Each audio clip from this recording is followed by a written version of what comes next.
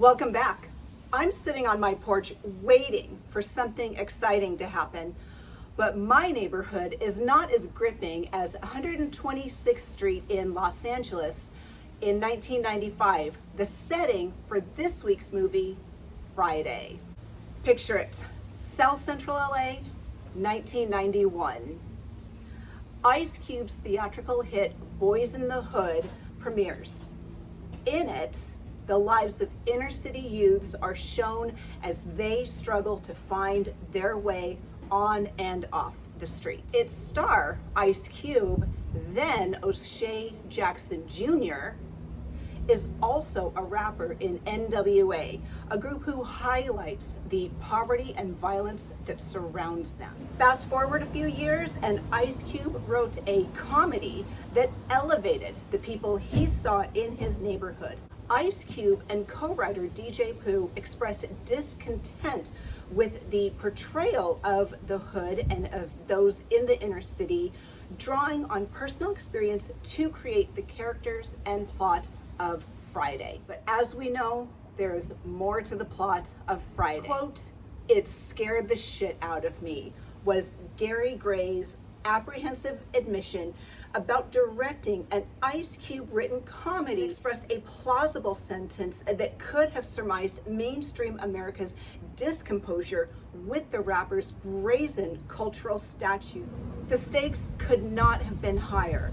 A flop would have stunted Ice Cube's comedic career before it ever got off the ground, and a bomb would have all but put the nail in the coffin for F. Gary Gray's blank directorial resume. But 30 years later, and we see how much fun and how much sense Ice Cube's script made.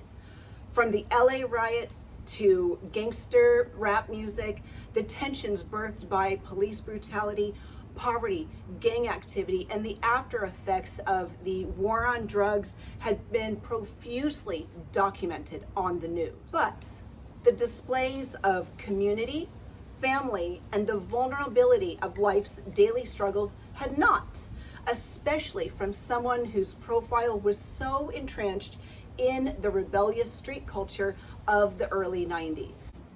In that hotbed, Ice Cube was a formidable force with a social cachet who could not only rile but also shift the generation's consciousness around an idea. And his idea was to use that cachet to authenticate the hood's humanity in the form of comedy. Quote, "Everybody was looking at my neighborhood like it was hell on earth, like the worst place you can grow up in America." And I'm like, why? I didn't see it at all that way. I mean, I knew it was crazy around where I grew up, but we had fun in the hood. We used to trip off the hood. While Cube might have seemed to be an unlikely candidate to offer a glimpse of his neighborhood's humanity, with his influence and social currency, he was the perfect candidate to do so. Luckily for the cast and careers of all involved, including Cube, F. Gary Gray, and co-writer DJ Pooh, who you might remember as Red in the film Everyone Pulled It Off. The relatively small $3.5 million budget and the trust of New Line Cinemas 30 years ago, Friday has become ingrained in mainstream and underground culture alike. And I, for one, would love to see studios begin taking those types of risks again. I know I'm editorializing a bit, but we are all sick of the remakes, the rehashes, the this, the that. Audiences want authentic and original stories, and we will flock to the theaters and make blockbusters happen. I promise. And opening April 26, 1995, Friday opened to rave reviews from viewers and critics alike, many of whom praised the comedic sequences, writing, and acting performances. Oh, and from that $3.5 million budget, the film was a global success, making $27 million in its first year. Again, proof positive that audiences will flock to genuine, authentic, original material. It's a formula that works. And you can credit part of the success of Friday to the comedic timing of Chris Tucker, many of whose lines were improvised, and therefore the set had to be cleared at times so that the cast could get through the shoot without laughing hysterically at Chris's antics. You can also credit the dynamic between Chris Tucker and Ice Cube through the juxtaposition of Ice Cube's natural scowl with Chris Tucker's brilliant comedic timing. And the two of them made a dynamic duo, if you will, that has resonated with audiences 30 years on. And revered as an all-time great comedy, here are just a few things you might not know about Friday. Friday was shot in 20 days. 20 days. That is 2 Fridays worth of days on the street where director F. Gary Gray grew up. Specifically, the film's location was 126th Street between Normandy and Halldale Avenue. F. Gary Gray's childhood home is also seen in the background when Debo punches Red for having the nerve to want his bike back. Though the line made her a star, actress Angela Means, Felicia in the film, does not want "By Felicia" on her tombstone.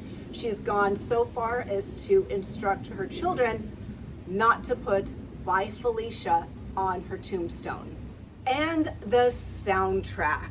If you were not around in the 90s, this was a golden era for a variety of musical genres, with hip hop and rap being one of them.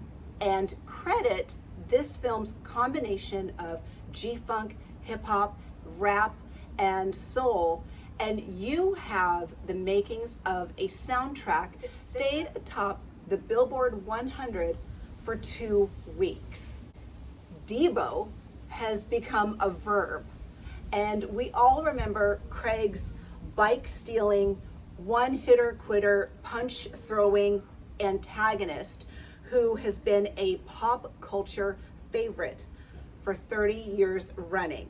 And according to Tom "Tiny" Lister Jr., who portrayed Debo in the film, he drew on the real-life Eugene "Big U" Henley, a Crip in the neighborhood at the time, who tutored him, so to speak, on his mannerisms, his methods of bullying, and how he maintained his physical presence around the neighborhood.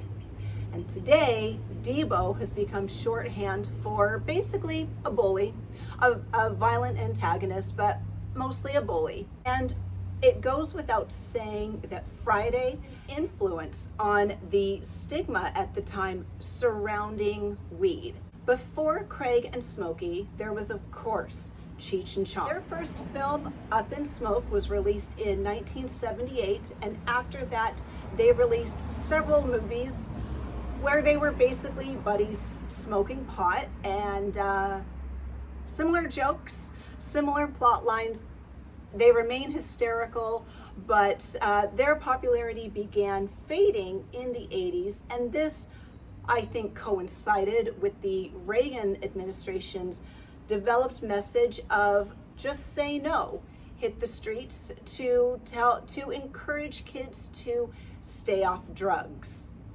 But then by the 90s, there was a new generation that was a little more socially aware, a little less stigmatized, and this could have had something to do with, in 1992, there was a presidential candidate named Bill Clinton who admitted that he had smoked marijuana but had not inhaled. Now, make of that what you will, but the tides were turning in terms of how the public viewed marijuana and those who used it, and Craig and Smokey's portrayal in Friday certainly cemented that legacy. And so the legacy of Friday cannot be denied. It has gained a mainstream following and is also regarded as a cult classic. And as it so happens, famed director Quentin Tarantino, who happened to write next week's episode, True Romance, counts this among one of his favorite films. So go ahead and take a cardboard box to the subscribe button so you never miss anything. We appreciate your viewership, your listenership of the Real Relationships podcast, and just your overall support. We couldn't do this without you. We truly enjoy bringing great content to you, as you know, or maybe you don't know. But new episodes of the Real Relationships podcast premiere every Thursday, as do episodes of this show. And we thank you. Stay safe. Don't be getting hit by any bricks, and we will see you soon.